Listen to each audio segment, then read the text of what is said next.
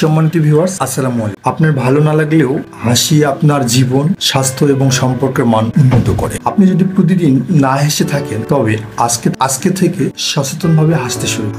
উল্লেখ্য 4 থেকে 6 বছর বয়সী শিশুরা দিনে 300 থেকে 400 বার হেসে থাকেন এবং একজন প্রাপ্তবয়স্ক মানুষ দিনে 15 বার হেসে।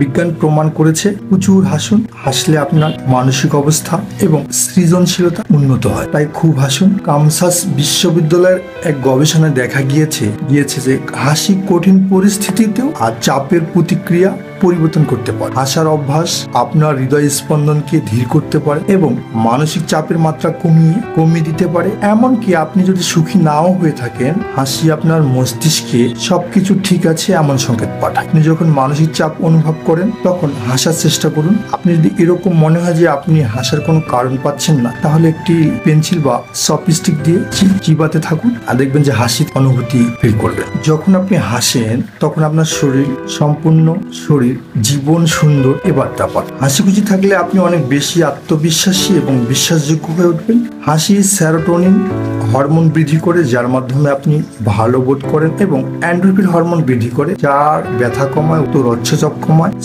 স্বচ্ছতা বাড়ায়, আপনার রোগ প্রতিরোধ ক্ষমতা বাড়ায়। হাসি আপনার জীবনের প্রতি আপনাকে আরো ইতিবাচক দৃষ্টিভঙ্গি প্রদান করে। ধন্যবাদ। সবাই ভালো থাকবেন।